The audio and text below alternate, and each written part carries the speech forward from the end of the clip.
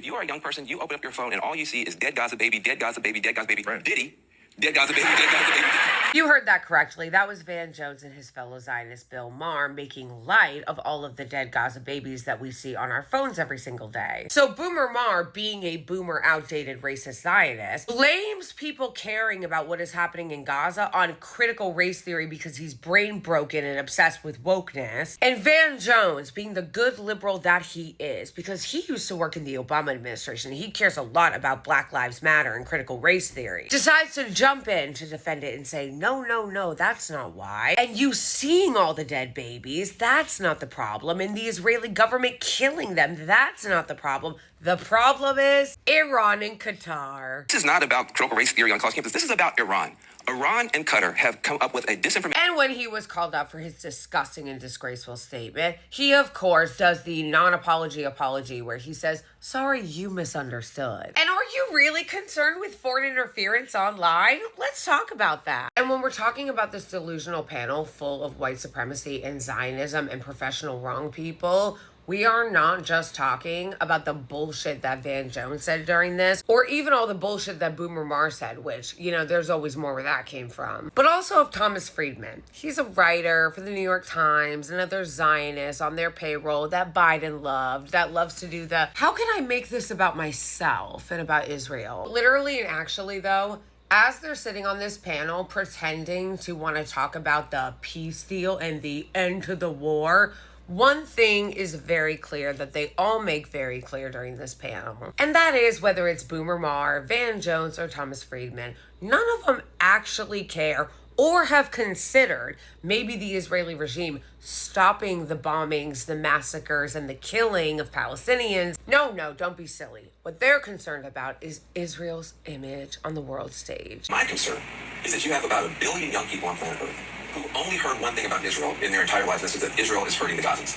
They live through TikTok, that's all they see, that's all they know. And my concern is, I think some of my friends in Israel think they've got a hard power military problem against local bad actors.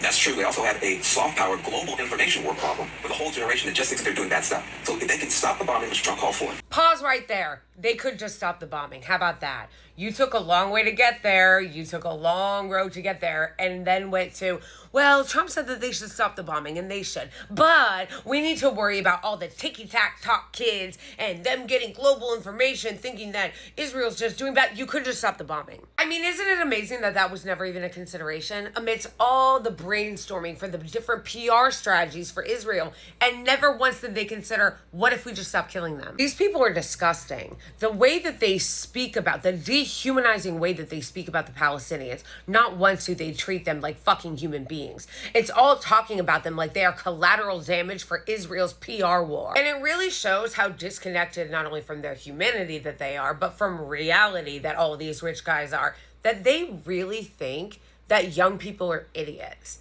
that young people don't have the ability to assess right from wrong. They all just sit on TikTok. Funny how Van Jones switched that one up though too, because during the Black Lives Matter protest, he was all about, we need to empower young people. They know right from wrong. They're the next generation of leadership. Now he's like, young people are so stupid. All they do is watch TikTok. They don't even know what's going on, and it's making them not like Ezra. Funny how Van Jones is so condescending too, talking about young people as though they only get their information from TikTok.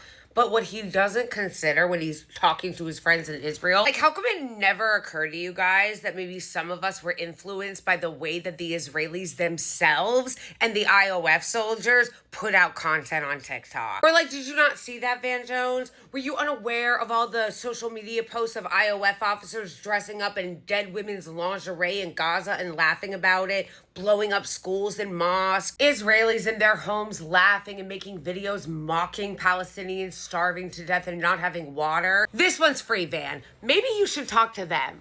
Maybe you should talk to them and tell them that putting out all that genocidal content, laughing about this Holocaust, it's not really a winning strategy, It doesn't really win people to your side. People don't like seeing a defenseless population getting massacred and then people laughing about it. I know you don't give a shit about the immorality of it, but think of the PR. Netanyahu can declare with some justification, Israel is defending Western democratic values by defeating the Islamo-fascist Hamas in Gaza. Is that a bit? Was that a bit?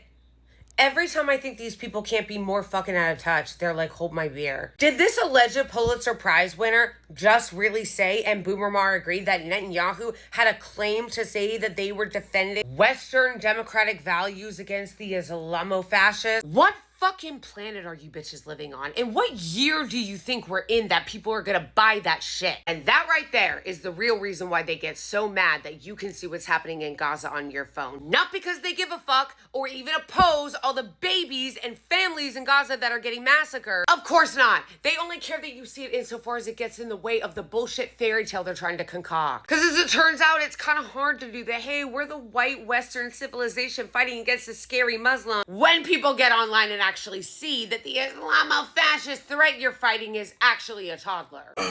What could be more important than that? I mean, if you agree with that, and I agree with that, are we burying the lead? Isn't that the story of this war, the clash of civilizations, and whose side are we on? The problem for Israel, Bill, is that that has been true on that front with Hamas.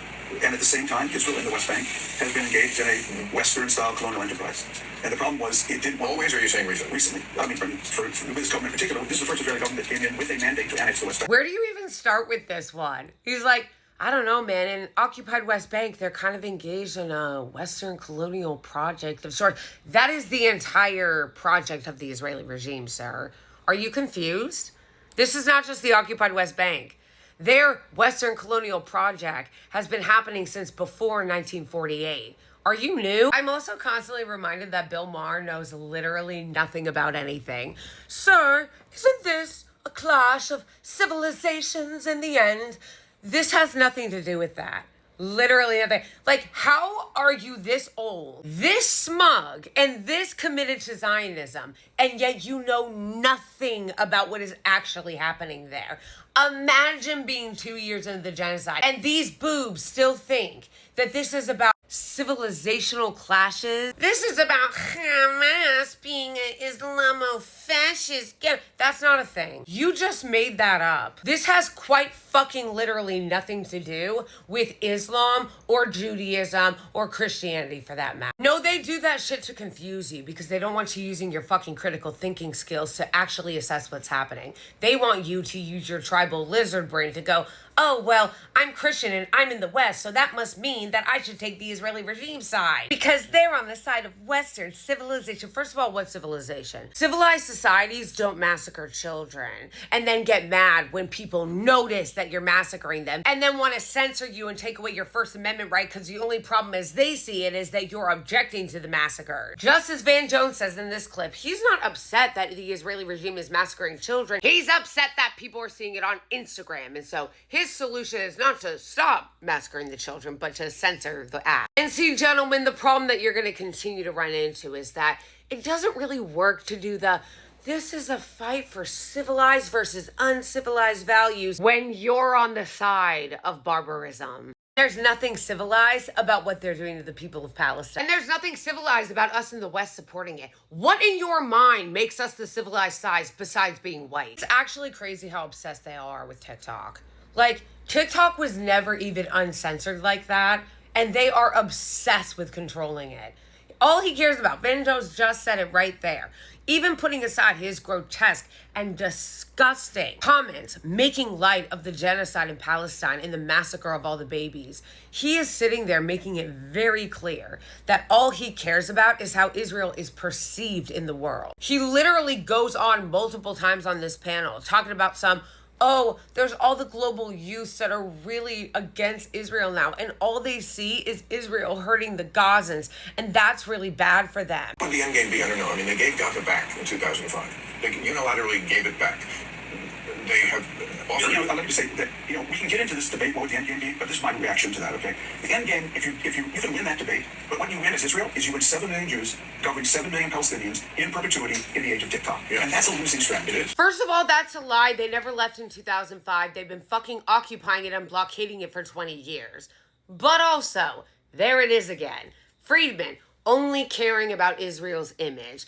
This is going to be really bad for Israel in the age of TikTok. That's a losing strategy. He then goes on to say that it's Hamas's strategy to use all these horrific photos of Palestinian babies in an 8-dimensional chess move to undermine Israel with the rest of the world, but that also they're 10th century barbarians barbarians that aren't civilized. Like, pick a struggle. I think the problem is now on both sides, how do you begin to reestablish Israel as the beacon for the young people around the world? In 10 years, the young people right now, in 10 years they'll be in parliament, and 10 years after that, they're going to be prime ministers. And right now, they don't get the joke. They've lost the plot. And so I think I'm much less concerned about figuring out what's happening inside Palestinian society than global youth society, and that's where we're losing the plot. I mean, it's just incredible that they sat on this panel for like a solid 10 minutes having this conversation to fucking applause. This dark, demented, sociopathic conversation that is revolved around Israel's image, their PR strategy, and that Van Jones' biggest concern is that the global youth isn't supporting their genocidal project. I mean, he just casually said the quiet part out loud. He literally just said, I'm not concerned with what's happening within Palestinian society. We know, Van. You made that quite clear. And then he did the thing that shameless Zionists always do, where they will only ever bring up Sudan and Congo as a way to undermine the Palestinian struggle. Otherwise, you'll never hear him talk about it. It turns out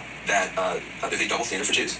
That is true. You're such a hack, Van Jones. And then Thomas Friedman goes on to talk about social media and the problem with it again. There is not one shred of self-awareness to be found in this room, nor can a conscience be found anywhere. This was like a competition of who could be the most deranged sociopath.